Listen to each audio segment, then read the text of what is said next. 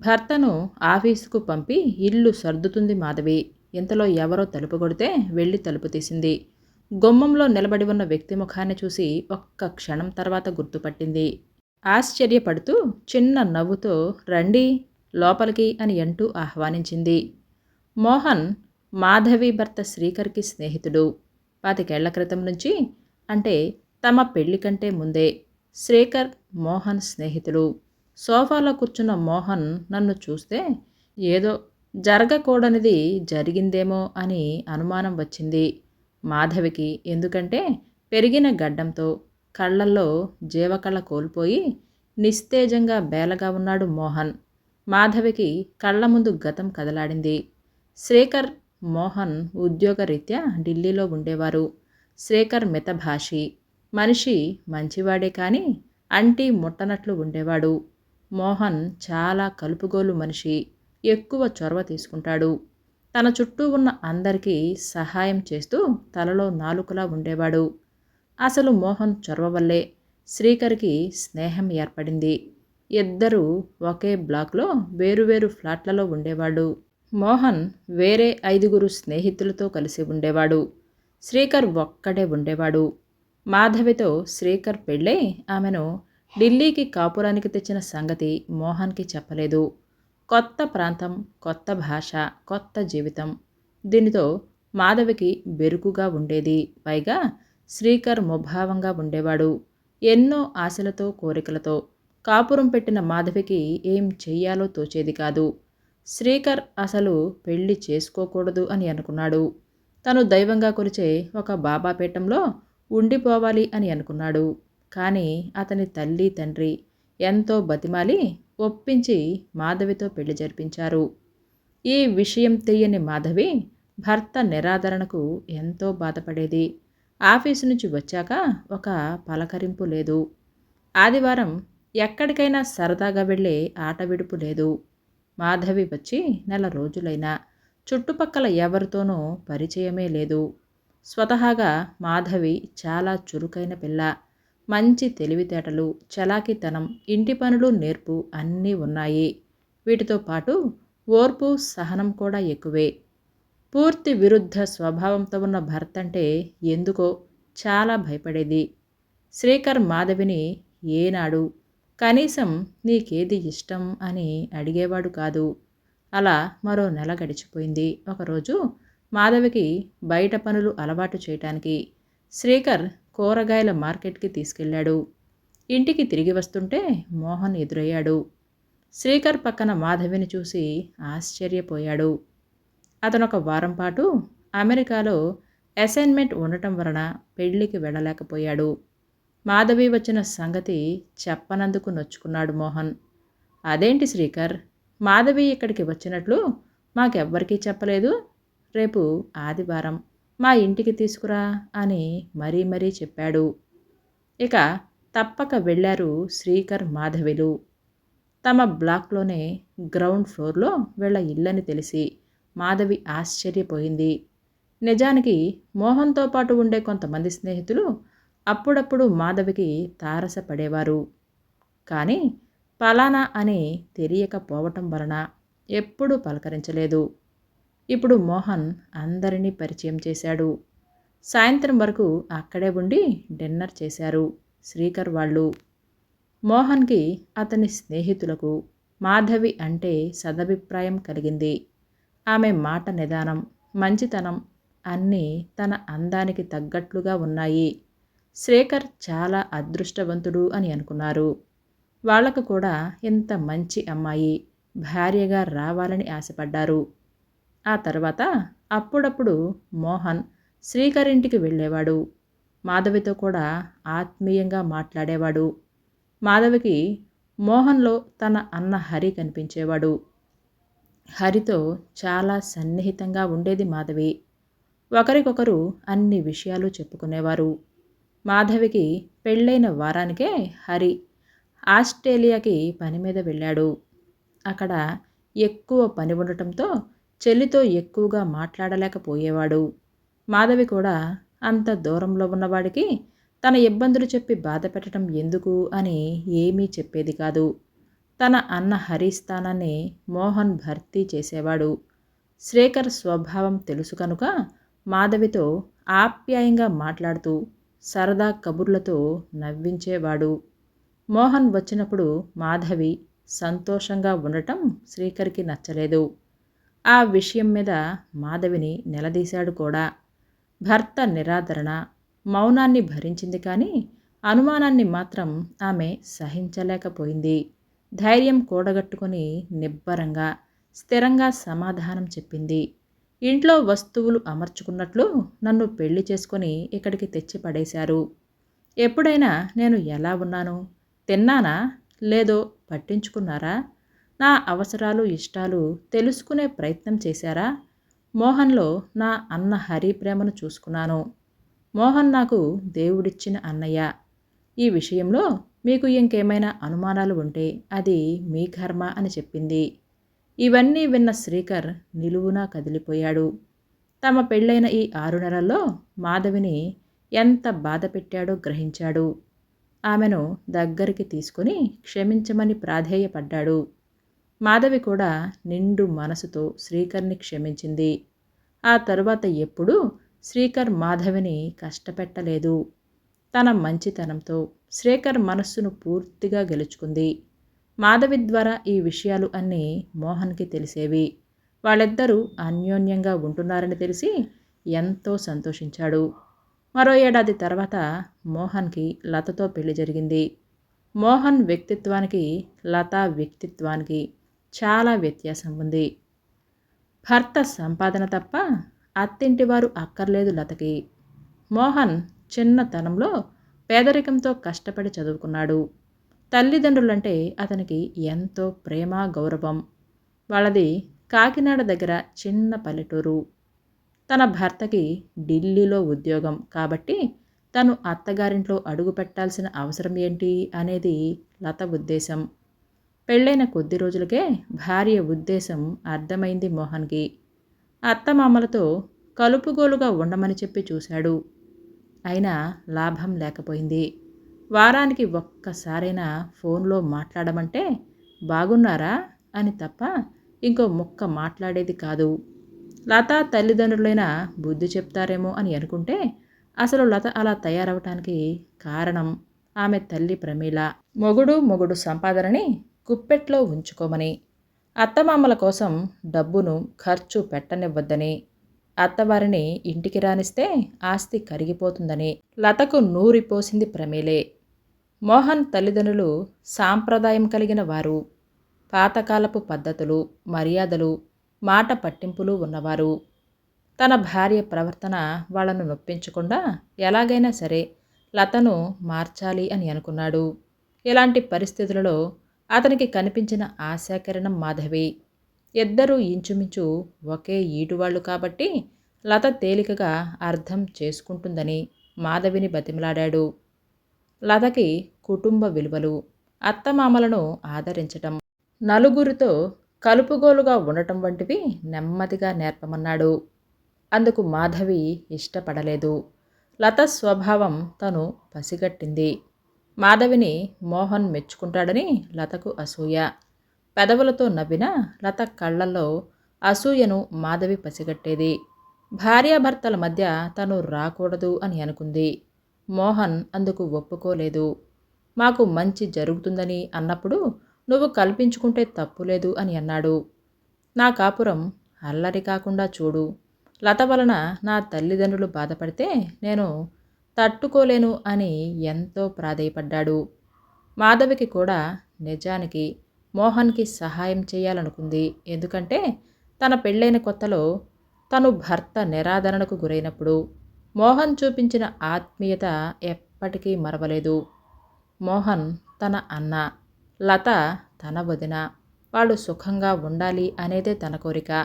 ఇప్పుడు మోహన్ ఎంతగానో బతిమలాడితే తను ఒప్పుకొని లతకు మంచి మాటలు చెప్పటం మొదలుపెట్టింది. మాధవి చెప్పే సలహాలు, సూచనలు లతకి ఏమాత్రమూ నచ్చేవి కాదు. కానీ తన మనసులోని మాట బయటపెట్టేది కాదు. చీటికి మాటికి మోహన్తో మీ మాధవి ఇలా అంది, అలా అంది అని చెప్పేది. మాధవి లతతో ఏం మాట్లాడినా ఆ విషయాలు మాధవి మోహన్కి కూడా చెప్పేది కాబట్టి లత చాడీలు పట్టించుకునేవాడు కాదు. ఇలా 1 సంవత్సర కాలం గడిచింది. ఈలోగా మాధవికి కవల పిల్లలు పుట్టారు. లత ప్రవర్తనలో ఏ మార్పు రాలేదు. ఏదైనా పండగకి మోహన్ తల్లిదండ్రులు దగ్గరికి వెళదామంటే లత ఒప్పుకునేది కాదు. పైగా మాధవిని అత్తవారింటికి వెళ్లకుండా తప్పించుకునే ఉపాయం చెప్పమని అడిగేది. మొగుణ్ణి మాయ చేసి పుట్టింటికి తీసుకొని వెళ్ళటానికి మార్గాలు వెతికేది. మాధవి ఎంతో ఓపికగా అలాంటి ఆలోచనలు మంచివి కావని, ఒకసారి అత్తగారింటికి వెళితే మరో పండక్కి పుట్టింటికి వెళ్ళవచ్చని, పైగా తల్లిదండ్రులను దూరం పెట్టడానికి మోహన్ ఏమాత్రమూ ఒప్పుకోడు అని చెప్పేది.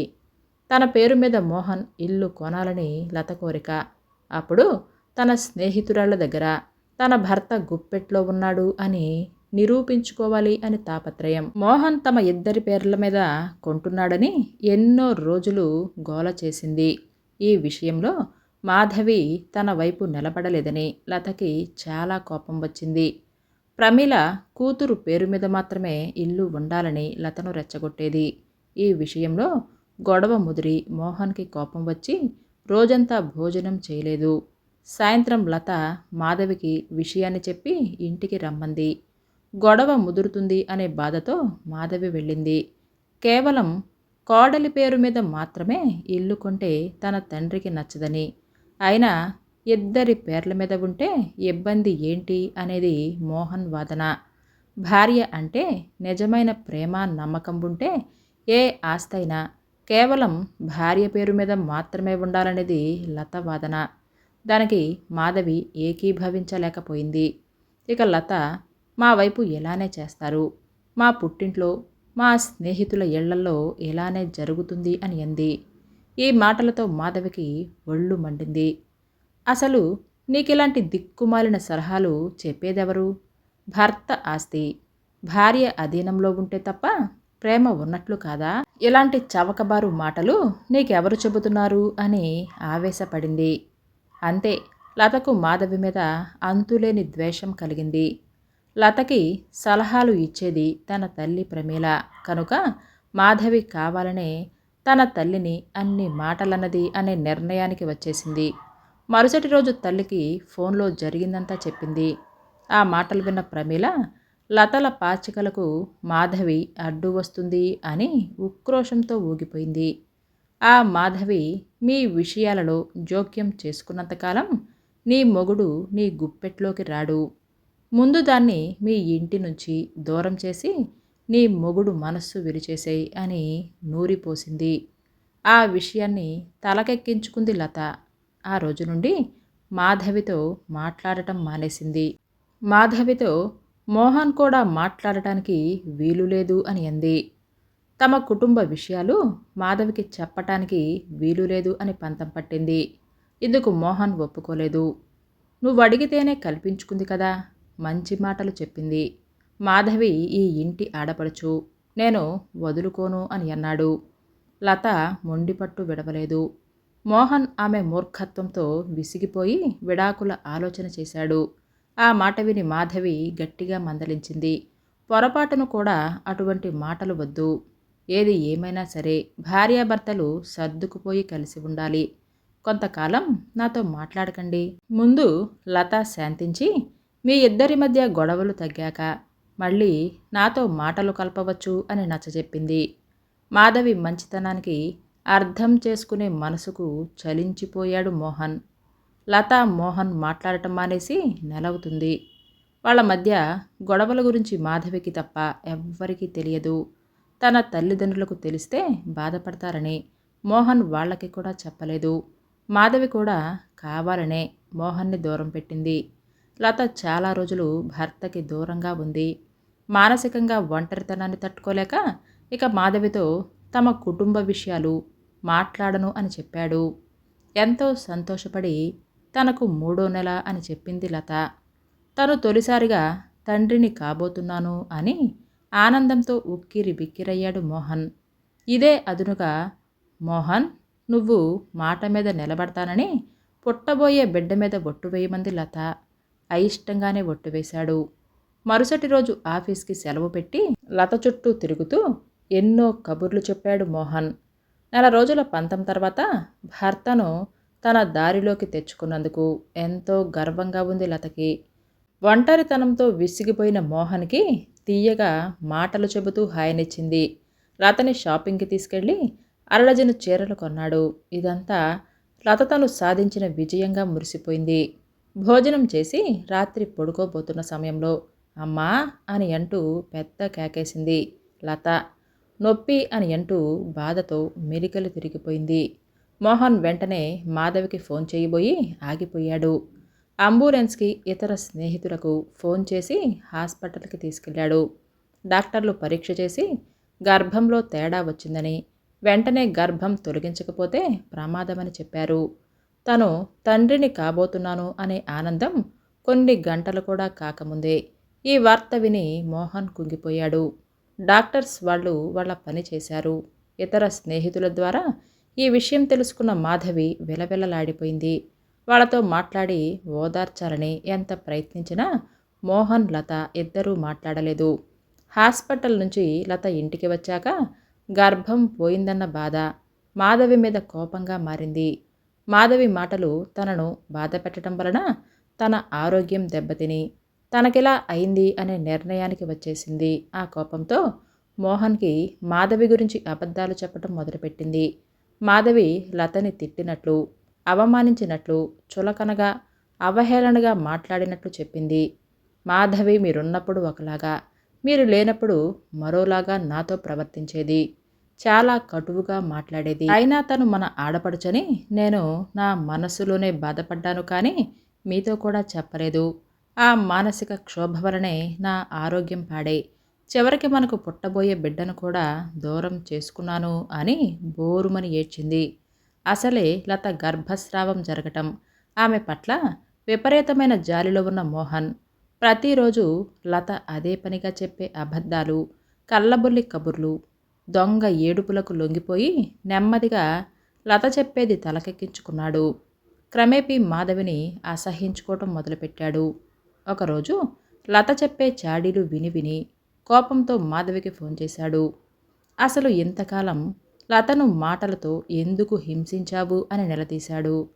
చాలా కాలం తర్వాత మోహన్ నుంచి ఫోన్ వచ్చిందని ఆనందంలో ఉన్న మాధవి ఆ మాటలకు నివ్వెరపోయింది.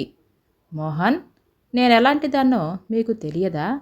మీరేనా ఇలా మాట్లాడుతుంది అని బాధపడింది.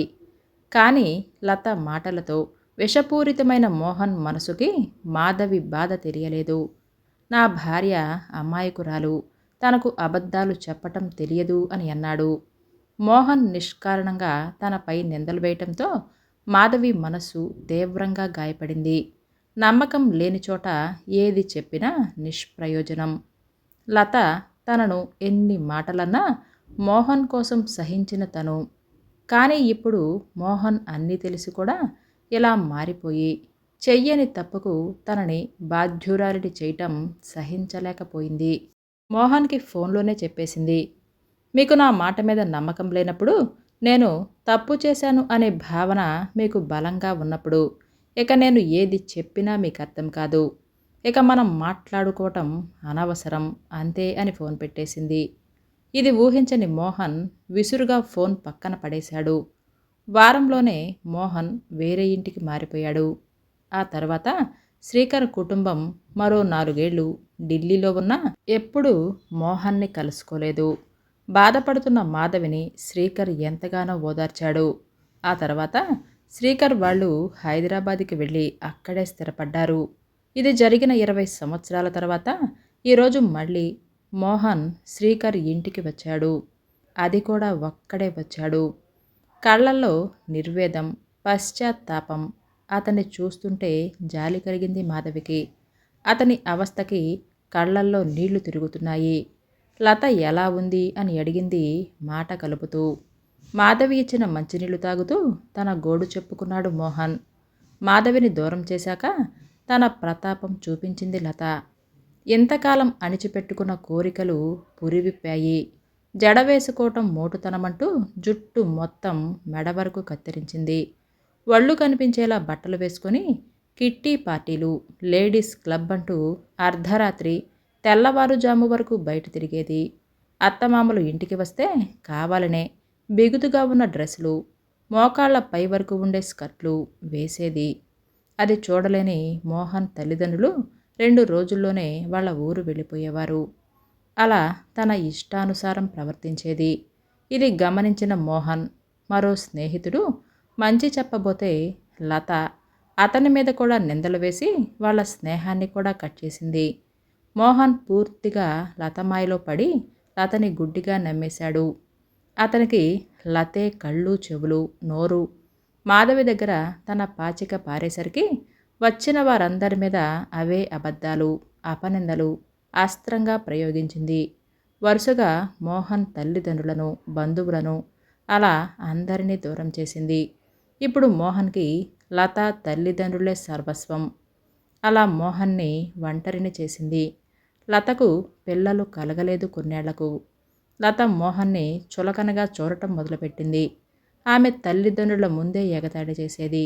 వాళ్ళు కూడా అల్లుడని కూడా చూడకుండా మోహన్ మాటకు ఏమాత్రము విలువరిచ్చేవాళ్ళు కాదు. మాధవిని దూరం చేసుకున్న 8 ఏళ్లకే మోహన్కి ఇతర స్నేహితులు, బంధువులు అందరూ దూరమయ్యారు. సంపాదించింది మొత్తం లత పేరు మీద పెట్టాడు. లత తనకు విలువనివ్వటం లేదు అన్న విషయం చాలా రోజులకు కానీ అర్థం కాలేదు. ఇంటా బయట తనకంటూ ఎవరూ లేకపోవడంతో మోహన్ని ఒంటరితనం వేధించసాగింది. ఒకప్పుడు ఎంతో సంతోషంగా నలుగురికి సహాయం చేస్తూ చుట్టూ 10 మందితో ఆనందంగా ఉండే తను ఇలా ఏకాకిలా ఎందుకు మిగిలిపోయానా అన్న ప్రశ్న వేధించసాగింది. క్రమేపీ కొద్ది కొద్దిగా ఆలోచన రాసాగింది. కళ్ళ ముందు ఒక్కొక్కటి విచ్చుకోసాగాయి. తన వాళ్ళందరూ ఎటువంటి వాళ్ళో తెలిసి కూడా వాళ్ళను తనెలా అపార్థం చేసుకున్నాడు? లత వాళ్ళ గురించి చెడుగా చెప్పినప్పుడు ఎలా నమ్మాడు? తన వివేచన ఏమైంది? తన అమ్మ, నాన్న, అన్నల మీద ప్రేమ ఏమైపోయింది? లత మాటలు విని వాళ్ళను అనుమానించాడు, అవమానించాడు కూడా. చిన్ననాటి ఆప్త మిత్రులను కూడా అపార్థం చేసుకున్నాడు. తన చదువు, సంస్కారం, విచక్షణ, ఆలోచన శక్తి ఏమైపోయాయి? ఇలా చేసిన తప్పులు మనసుకు తెలుస్తున్నాయి. కానీ లత దాష్టికం ముందు తనేమీ చేయలేకపోయాడు. ఈ ఆలోచనతో 12 సంవత్సరాలు దొర్లిపోయాయి. మనసుకి నైరాస్యం కలిగింది. ఉద్యోగానికి రాజీనామా చేశాడు. మనశ్శాంతి కోల్పోయి జేవస్ శవంలా మారటంతో ఈ నిర్ణయం తీసుకున్నాడు. పీఎఫ్ మొత్తం ఒకేసారి తీసుకోగానే లత తన పేరు మీద బ్యాంకులో వేయించుకుంది. ఇక నెల నెలా వచ్చే ఆదాయమంటూ ఏమీ లేకుండా పోయింది. ఇక దాంతో భర్తని లత పూర్తిగా పట్టించుకోవటం మానేసింది. ఆమెకు ఎంతసేపు పార్టీలు, తల్లిదండ్రులు అంతే. కనీసం మోహన్ తిన్నాడో లేదో కూడా చూసేది కాదు. క్రమేపీ మోహన్కి జీవించాలన్న కోరిక నశించి తన పనులు తాను యాంత్రికంగా చేసుకుంటున్నాడు. ఒకరోజు ఏదో ఆలోచిస్తూ రోడ్డు మీద నడుస్తున్నవాడు తనకు తెలియకుండానే ఒక రామాలయం లోపలికి వెళ్ళాడు. అక్కడ ప్రవచనం జరుగుతుంటే వెళ్ళి కూర్చొని కళ్ళు మూసుకున్నాడు. పురాణ శ్రవణం జరుగుతుంది. మనం చేసిన మంచి చెడు కర్మల ఫలం మనమే అనుభవించాలి. మనకు కలిగే సుఖాలు, కష్టాలు అన్నీ మనం చేసిన కర్మ ఫలితాలే. అవి ఈ జన్మలోనైనా మరో జన్మలోనైనా అనుభవించక తప్పదని ఆయన వివరిస్తున్నారు. ఇది వింటున్న మోహన్ ఒక్కసారిగా ఎవరో తన మస్తిష్కాన్ని కుదిపేసినట్లుగా అనిపించింది. తను అనుభవిస్తున్న ఒంటరితనానికి కారణం తన వాళ్ళందరినీ దూరం చేసుకోవటం. ఎలా దూరం చేసుకున్నాను? నేను చేసిన పాపం ఏమిటి? అంతర్మథనం సాగుతుంది. మనస్సులో తళుక్కున మెరిసింది మాధవి. అవును, మాధవి, తన చెల్లెలు మాధవి. తను చేసిన చిన్న సహాయం గుర్తుపెట్టుకొని లత ఎన్ని మాటలన్నా భరించిన మాధవి. అటువంటి మాధవితో అనుబంధం తెంచుకుంటాను అని ఒట్టు వేసిన కొద్ది గంటలలోనే లత కడుపులో బిడ్డ కడుపులోనే కరిగిపోయింది. అప్పుడైనా తనకు అర్థం కాలేదు. మాధవి పరిచయమైన తర్వాత ప్రతి శ్రావణ పౌర్ణమి రోజు తప్పకుండా తనకి రాఖీ కట్టి తను స్వయంగా చేసిన స్వీట్ తినిపించేది. ఆ ఆప్యాయతను తను మర్చిపోయాడు. తన ఇంటి ఆడపడుచు మాధవిని తనే బాధపెట్టాడు. లత బాధ పెడితే తట్టుకుంది కానీ తను బాధపెట్టి అనుమానించి అవమానిస్తే ఆమె మనస్సు విరిగిపోయింది. ఇంటి ఆడపడుచు కన్నీళ్లు ఆ ఇంటికి కలిసిరావు. అవును, తనకు కష్టాలు మొదలయ్యాయి. ఇప్పుడు మోహన్ మనసులో ఆలోచనలు ఒక రూపు సంతరించుకుంటున్నాయి. అంతలో మళ్ళీ ప్రవచనం చెవిలో పడింది. తప్పులు చేయని మనిషంటూ ఎవరూ ఉండరు. కానీ ఎవరైతే నిష్పక్షపాతంగా ఆత్మ విమర్శ చేసుకొని తప్పులను తెలుసుకొని అవి సరిదిద్దుకుంటారో వారు మహోన్నతంగా ఎదుగుతారు. చేసిన తప్పులు గ్రహించి పశ్చాత్తాపంతో మనసును ప్రక్షాళన చేసుకొని భగవంతుణ్ణి ప్రార్థించేవారికి ఆ తప్పుల నుంచి, ఈ పాపాల నుంచి బయటపడే మార్గాన్ని భగవంతుడే చూపిస్తాడు అని చెబుతున్నారు ప్రవచనకర్త. అవును, తను తప్పులు చేయటం మాధవితోనే మొదలు కాబట్టి తను మాధవిని క్షమించమని అడగటంతోనే తన పాప ప్రక్షాళన జైత్రయాత్రకి శ్రీకారం చుట్టాలి అని అనుకుని మనసారా శ్రీరామచంద్రమూర్తిని తలుచుకొని చెంపాలు వేసుకున్నాడు.